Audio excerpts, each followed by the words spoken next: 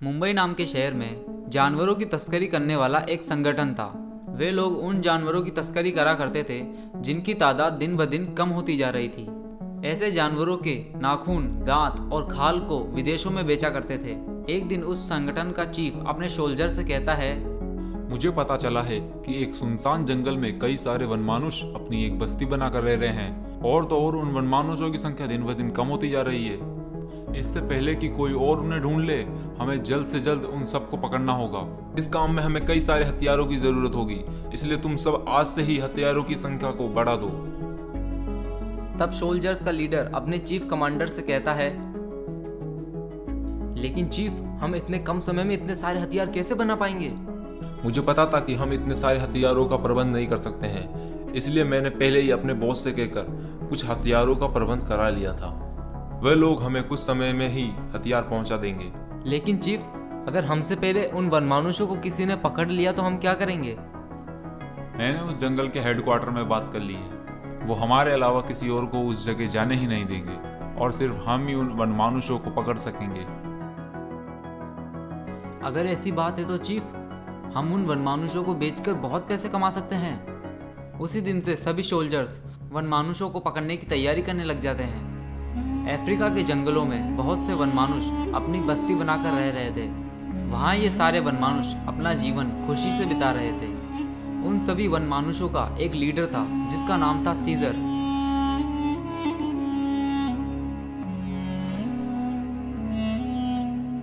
एक दिन लोफी नाम का वनमानुष सीजर के पास आता है और कहता है, जैसे कि तुमने कहा था सीजर, इंसानों पर नज़र रखने के लिए, मैंने ये देखा कि कुछ इंसानों को हमारे यहाँ रहने का पता चल गया है और वो इंसान किसी भी वक्त यहाँ पर आ सकते हैं और हमें पकड़ सकते हैं।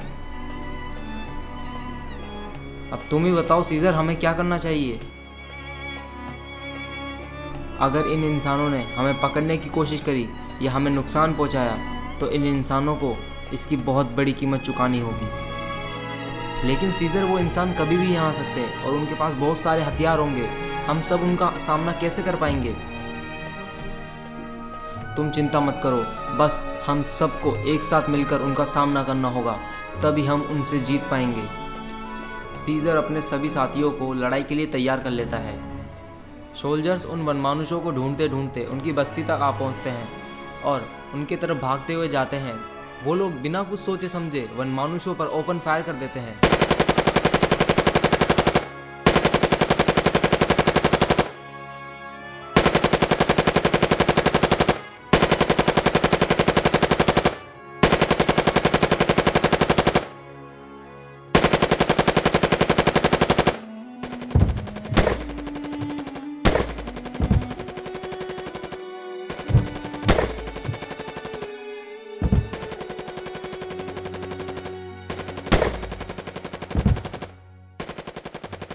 बाकी सभी वनमानुष उन इंसानों से डरकर अपनी अपनी झोपड़ियों में चले जाते हैं।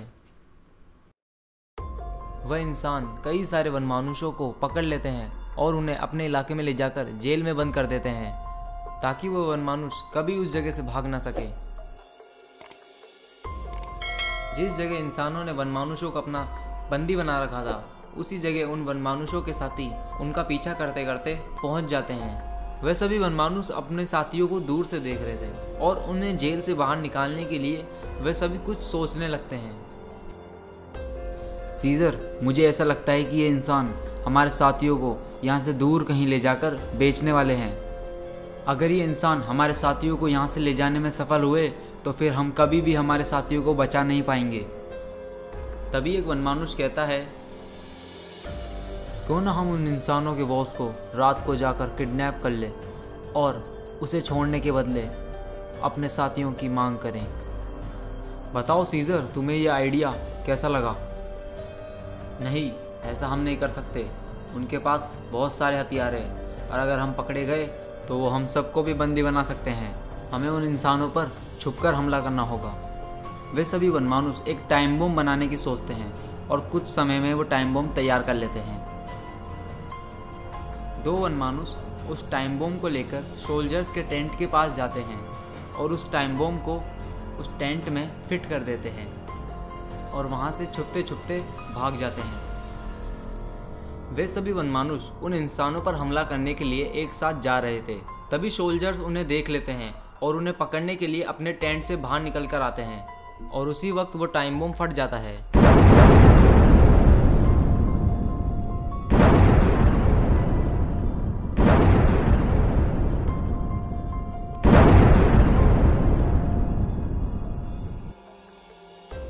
वनमानुषों ने बड़ी ही चालाकी से उन इंसानों को मार गिराया।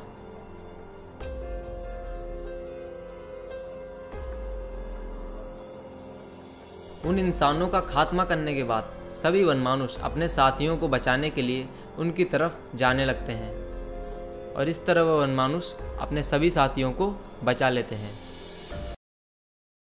अगर आपको ये कहानी अच्छी लगी हो तो इस वीडियो को लाइक करिए।